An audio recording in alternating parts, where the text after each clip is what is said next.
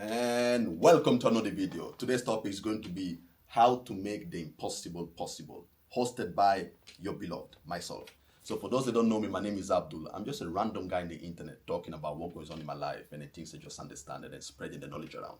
My goal for these videos is simply, whatever situation you are, if it's something that went through, hopefully to help you out, but not having you go in the long way and give you the shortcut.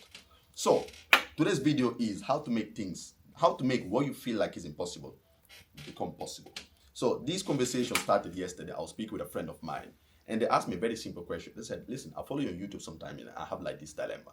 So I've been looking for a new employment for like the longest, let's say about a year, but nothing is happening. So I asked them, the very simple question is I asked them, so what have you been doing? I've been applying on Indeed, I've been giving my CV, handing it out left, right, center, throughout the city center, but still nothing has happened, right? And I said, okay, fine. So you've been kind of unemployed for like a long time. And what is it? You still got some type of source of income. And they said, yeah, but it's like, you can't really call it a source of income, but it's just enough to survive. Bear this in mind. It's going to be very important later on down the video, right? So I'm not going to bore you with all conversation in it, but I'll tell you why this correlates to what I want to talk about, which is how to make the impossible possible. Because finding a job is not impossible, right? But depending on what state you are, it's gonna feel impossible to get. So in most of my videos, or even in real life, for those that know me, I like to talk about principles of things because I strongly believe in life, everything, or about 99% of things, I don't know, perhaps everything, is based on universal rules that literally, no matter the circumstances, no matter the weather, the timing, the country, the nation, the ethnicity, skin color, level of intellect, they cannot be broken. I'll give an example. If I take this highlighter, if I open my hand, it doesn't matter if I'm looking at it. It doesn't matter if I'm speaking on the camera. It doesn't matter if I'm half asleep. It doesn't matter if I'm tall, black, white, Chinese, short, if I got one eye, one hand. In whatever circumstances, I open my hand, this will drop. Universal rule. If you don't eat for more than 3 days, you will die. Universal rule, right? If you stop breathing, eventually I'll die. No matter how long, eventually I'll die. Universal rule. So based on these universal rules, I also came up with my second rule, aka something on one side of the spectrum can go so far that it ends up on the other side of the spectrum, like taxation. I was making a video talk about taxations. The people at the lowest spectrum of the financial income, aka homeless people, don't pay taxes. Those on the other side, the super wealthy, they don't pay taxes. But those that stay in between, they get screwed up, paying a lot of taxes. Homeless, no job, no tax. Rich, a bunch of money, but he doesn't pay himself like 100 grand a year. They pay themselves 1,200, 570. They pay zero tax. Pension about 5 grand a month, 60 grand a year. Then dividends tax at 8%. And then there's a bunch of shenanigans and everything in it. But they don't pay taxes. So these are the principles I want to establish before talking about the video, right? Universal principles, and then my own theory. And then there's the paradox of knowledge. So I will elaborate that later on. This is my piece of paper with my topics, aka nothing. Because video like this, I just like to freestyle it, and whatever comes in my mind comes in my mind. Perhaps I need to fix up and have a better structure, but that's going to be for the next videos. If you like, drop a whatever. If you get to a couple likes, I'll start fixing up and bringing my presentations on. So going back to the employment situation. So they've been unable to find an employment. So I asked them, you know what? Let's go a couple layers behind, right? Like, what does it take to get a job? It takes you. It takes the willingness to get a job, then it takes you applying for jobs, then it takes you getting the job, right? So you want the job, but you don't really want the job. That's why you still haven't got the job. And that's what I told them. And he said, yeah, but I've been looking for a job, but you haven't been looking hard enough. That's why you didn't find. How many times do you apply a day? About, 5, 6, 7. And I asked them, is this consistent? No, sometimes I apply, but then, and I said, I understand. Because everybody will lose that hope once you if you apply for 100 jobs and all of them just tell you the same thing, no, you get demoralized. You'll be like, ah. And then what happens is you start not internalize, you start having conversations with yourself. So I've never been, those spiritual guys or those that talk about the shenanigans like, oh, because I'm a Leo, I'm a zebra, I behave like this. I never like those guys, bro. It doesn't make sense. Just because I was born in December, it doesn't mean that I'm acting like an idiot, right? But I was born in November, I'm acting like a genius. There's no direct correlation, in my opinion. However, I've got to understand that based on principles and just universal rules, right? There is you, and then there is you in here. So I think there's three yous. So there's a physical you. This is my hands. I can grab things. This is me talking to you guys. Second me. And then there's what happens inside my brain cells. So if I shut up and I start thinking, right, a voice is talking, but at the same time I'm hearing the talking. So I consider that two different personalities, right? There's one that wants the job, and then there's one that the number one objective of your brain is to keep you safe. You see, in this life, icon, this was the third one I was supposed to mention in the top of the video. And the third one is, no matter what type of circumstances, your body, not even your body, your mind first, will dictate and tell your body, we need to stay safe.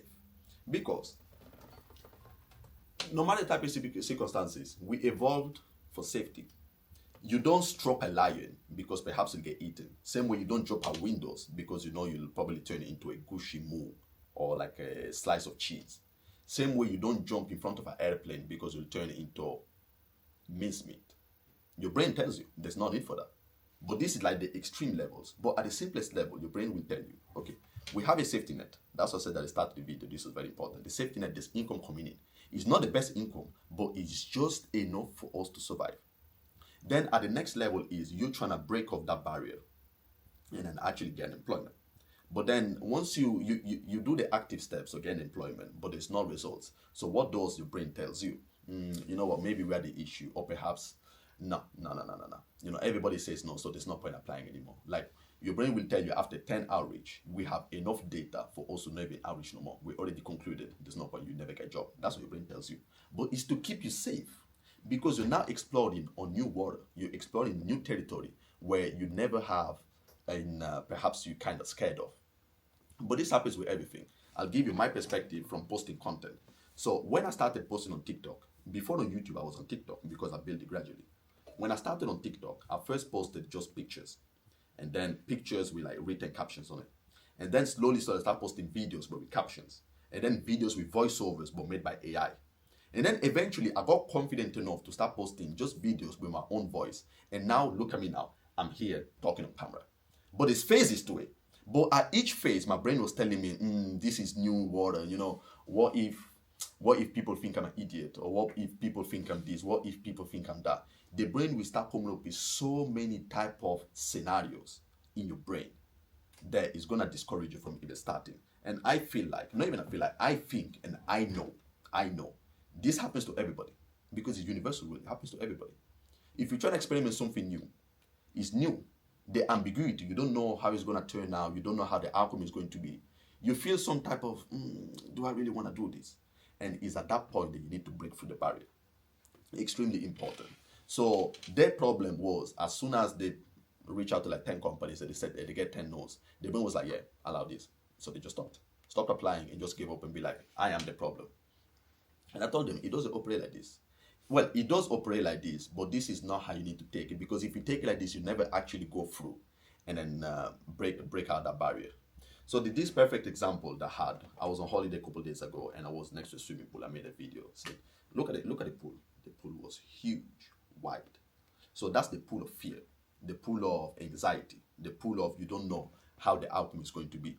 Not just for applying for the job, it's for everything. Posting content online, a lot of people have this issue. I have a couple of people that make music, but every time I tell them, listen, making music is fine. You mastered that. Now your thing is drop in the music and see the reaction from the audience. Because if you keep on making, just making it for yourself, if there's no monetization, I'm never a believer of just do it for your pure passion, right? Because if your passion doesn't pay money, this is my perspective. If your passion doesn't pay, it's a useless passion, really and truly. You only focus about hobbies like that when you have enough money to survive. If not, scrap that. But they stuck at the level where they're just making music, but they're not releasing the music. I have other people that are scared of making cold calls to get leads. Other people that are scared of cold outreach. Other people that might be scared of trying to just exercise in the gym because they've never done it. Other people that are scared of recording themselves in the gym, recording themselves talking to a camera. You know, there's levels to it. There's levels to it because they've never done it. If this is your first YouTube video, when I look at my first YouTube video, just like, creepy. But that was me teaching myself how to even be comfortable on camera, not having issues talking. Like right now, I'm talking to a mic, but it's fine. I mean, I'm always talking to a mic. It's fine for me. The BBC can be here trying to interview me. I will talk in front of the camera. I have no issues. And this is trained. But at each level, there's always the pool of fear. So I call that, what is it? The ocean of fear is a mile wide. So it's huge. It's huge. But before you jump inside, you never know how deep it is. And what your brain does, your brain will tell you that it's way deeper than it actually is. You know, this is the ocean. Huge, right? Don't look at the wideness. You need to look at how deep it is. Because if it's shallow water, you can literally walk through it. And don't be scared about it. But before jumping inside, your brain will tell you the sharks, a killer whale, you'll find, the Titanic, you will implode, there's going to be crabs, squids, anything is going to be poison, you'll find SpongeBob dropping nukes. But no. It's just to intimidate you because your brain primarily objective is to keep you safe. If it feels like, I don't know how the outcome is going to be, the normal reaction is going to be, let's not even try that. I need to keep you safe. It's like a bodyguard. But this bodyguard, depending on how you perceive it and how you understand it, is going to A, keep you safe, but at the same time hold you back from true potential. Your brain will always try to hold you back from the true potential. It's only when you break through that, but it's levels to it. Like, at first, posting with captions, okay, that's the ceiling. Then I broke it. Posting my voice, then I broke it. Posted like this. Then the next level is perhaps talking on a huge stage or like stand-up comedians. Like, there's levels to it. There's levels where I haven't reached yet. But if I was offered to make a presentation speech in front of 10,000 people, live or recorded and directed worldwide, my brain would be like, do I really want to mess this up? Or if I start talking nonsense that people don't, you see? And it's at that point I need to understand it's happening and be like, okay, everything is going to be right. Everything is going to be fine. And then the more you train this, the more you do this, the more you build up the inside confidence. Because confidence is extremely important. But at the same time, confidence is not born out of nowhere. Confidence is based on competence. And competence is based on repetition. So it's like 3 layers. A very smart guy on YouTube told me this a while ago. There's the confidence. But for you to be confident on, I can talk on YouTube and I've been doing it for a very long time, you need to be competent and do it. But the only way to be competent at something is by keeping repeating until it becomes second nature. None of us trains how to brush your teeth. If you ask anybody, can you brush your teeth? They'll be like, yes, I can brush my teeth. Try challenge them. Try be like, nah, you don't know how to brush your teeth. You will see how defensive they will get. Because they go to a level where they're not even confident anymore. They know they can. So there's levels to this. So the pyramid that told them is, first thing first, you need to break through the fact and understand that it's fine that rejection comes in. It's the way you handle it inside. You get rejected by 10 jobs, it's fine. Because once you have the process is very simple. For you to get a job, you simply need to keep on applying until somebody books an interview, pass the interview, get a job offer letter, and then you get a job, right? So the process is there. There is nothing else that goes through that process that can really dictate that you cannot get that job really and truly. Like, if we keep it very simple, the only one that can dictate is you at each stage of that process. But everything starts from applying for jobs. If you apply, then you get demotivated and stop applying, you will never get to the last phase. But you only get demotivated just because the brain tells you this is really not our sphere, or I'm not competent for this job, I don't deserve this promotion. You know, I'm not meant to be at that level because I don't have the skills, I don't have the facilities for that, right? And when that happens, you need to identify it and then tell yourself, everything is gonna be all right. But it takes some time, it takes practicing. You don't just wake up and, start debating with yourself. So I'll be having conversations. What I do most of the times when I'm by myself or when I need to speak, I talk out loud. So I can hear the nonsense that I'm saying and see if it makes sense or not. Because when you speak inside your head, right, is you having a conversation with yourself. But you're not deep in it too much. And most of the times, the other guy wins. The negative one that says, maybe let's not try that new exercise, right? But when you speak it out loud, you can hear yourself, you're like, it's going to be like, nah, let's not try that exercise. It's too heavy for us. Be like, but it doesn't look that heavy. Actually, let's try. And then you end up trying and realize it was never that deep. And then you be like, that guy was a liar. And most of the times, it actually happens like this. It's never that deep. However, you need to keep on repeating the steps, whatever you're trying to do. In this example, it came because we speak about employment, but it's for everything. Let's take the gym, because I am a very active guy. And my original video started in TikTok about fitness, right? And there's a very important video that it didn't get a lot of likes, it didn't get a lot of comments and everything, but that was the most important I did, aka mind over body. A strong body with a weak mind is useless because you can never reach your true potential because your mind is limiting your body. If your body can lift 100 kilos, right, but your mind says we can't even lift 10 kilos, you won't even try to lift that, although your body is able. But if you have a strong mind with a weak body, eventually your body will catch up to the level at which the mind is. If the mind is way above your body, the body will try. It might not get there. Like if you think you can lift 1,000 kilos, perhaps you might get to 500 at the wall, or maybe not. But still, you're gonna get way further ahead than if your brain tells you can't even lift 10 kilos, but you can lift 100 or you can lift 500, right? So that was one of the most important videos I ever did. But the principle is still the same. If what goes on here is weak, what's outside here, the representation of your mind, your body, you can touch, you can smell, you can talk, you can everything, is going to be wasted potential. Because really and truly, we all have the same potentials. As long as you have 2 eyes, a mouth, a ear, hands, you can talk, you can drive, and everything, you're blessed. We're all blessed by the Almighty God in the skies, really and truly. So it's our job to do the most about the potential that we have. And it will be such a waste of potential to not see what you're truly capable of just because you don't understand what's going on inside your head. So I'm not a psychiatrist, I'm not a therapist, I'm not nothing. I simply watched a bunch of videos to try to understand why sometimes I get stuck in a situation where I know it's possible because I've seen people do it. But I get to the point where I'm not even able to get to the point where I'm even trying. So you end up just cock blocking yourself before the race even starts. You shoot yourself in the foot before the race starts. And that was what was happening to them. So I told them, you need to come to the conclusion. There's no point being angry at yourself. There's no point hating yourself because it doesn't give you anywhere. It doesn't bring you anywhere, really and truly. It's like a roundabout. You apply for jobs, you don't get anything. They just roll in that roundabout where you don't want to do it again because you don't want to see that message because that message traumatizes you of the recruiter has moved to the next stage. It's basically telling you you're incompetent. But the more you keep on seeing it, the more it's going to demoralize you. And if you lose that, you're not even going to try again. So I told them, there's no point staying inside the roundabout. When it happens, just remember, the road steps are this. Keep on applying, eventually get an interview. And eventually, the more interviews you get, the more possibilities. It's a numbers game at that time. So there's nothing personal about it. There's no feelings about it. But when your brain start telling you, when the other guy start telling you, this is not really what we can do, or we're never able to go and do this, just be like, no. I know it's possible. I know it's possible. You keep on talking your rubbish. And let's just try and see. If it's something new, just try and see. But once you try and you open that door, the hardest step is simply opening the door. But once you open the door, you realize it's never that deep. But that door can never be closed. It might be hard still, but the more you keep on doing it, the more you're just going to be like, mine. Easy. Practice make perfect.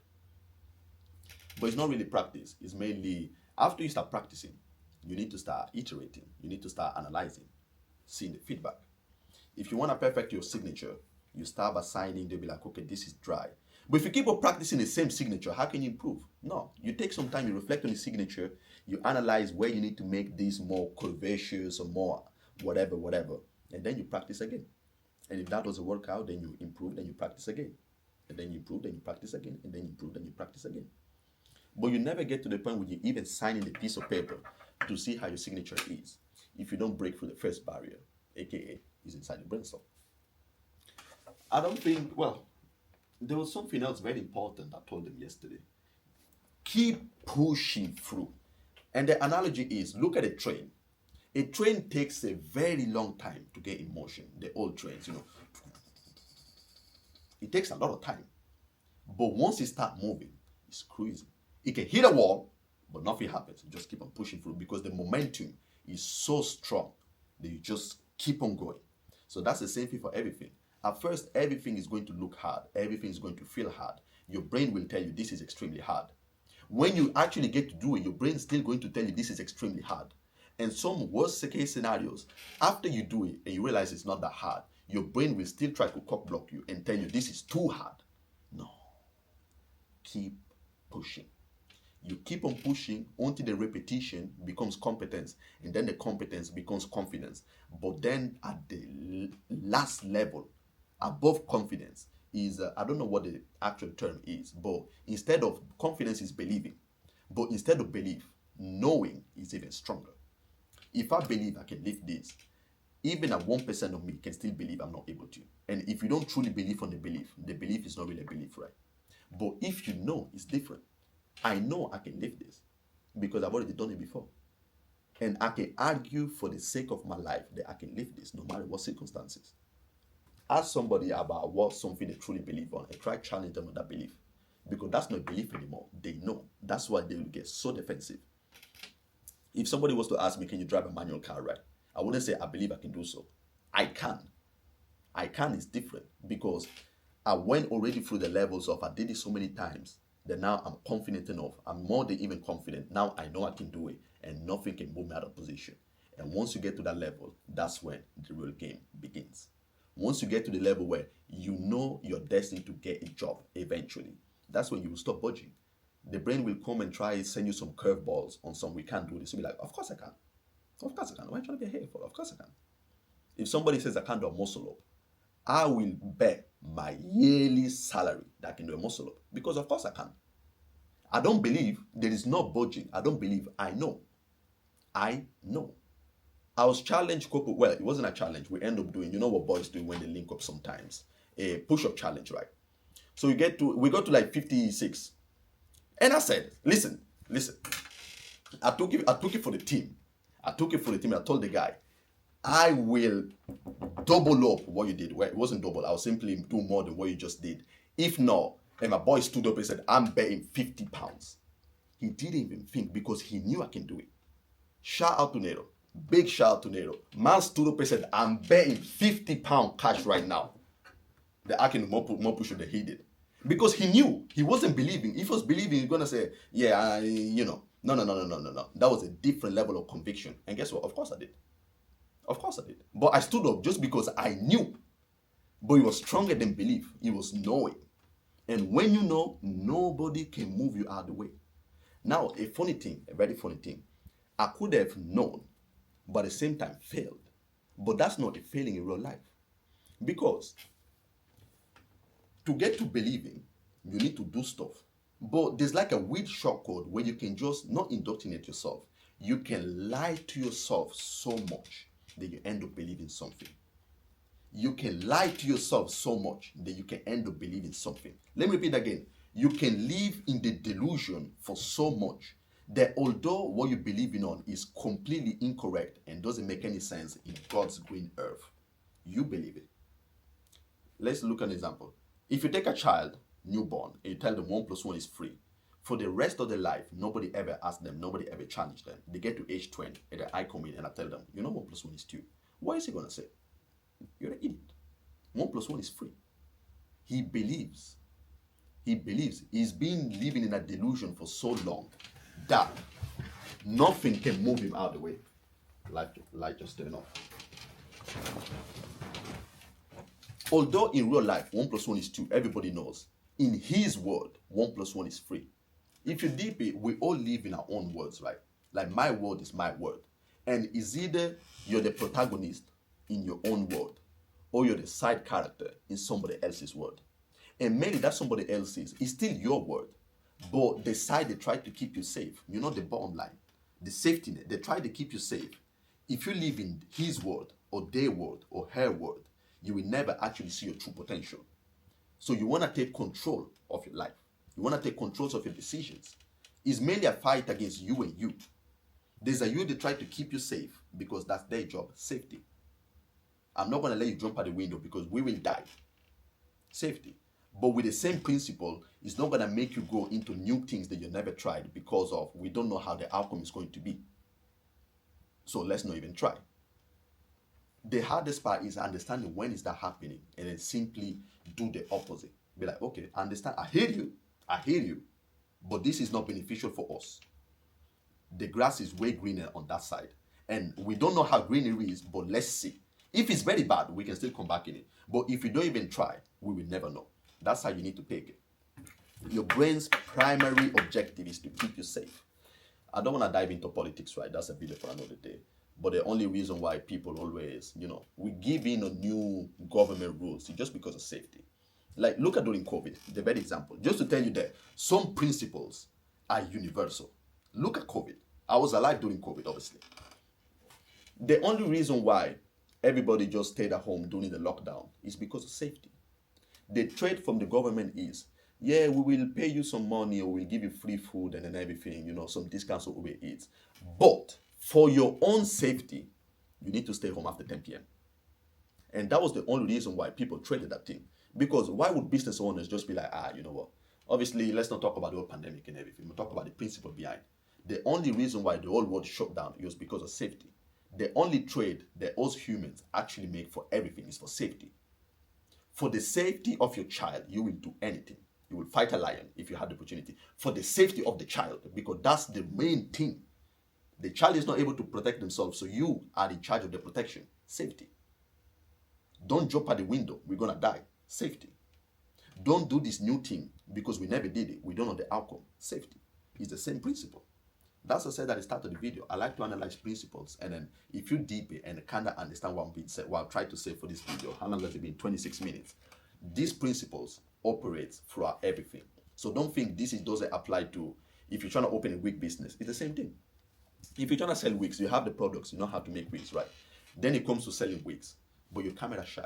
Because your brain tells you, oh, we've never been in front of the camera. What if this happened? What if that happened? What if I look ugly? What if my voice doesn't sound good? What if they don't like my makeup? You see, all these what ifs, what ifs, what ifs is to keep you safe because you've never been on a live selling wigs.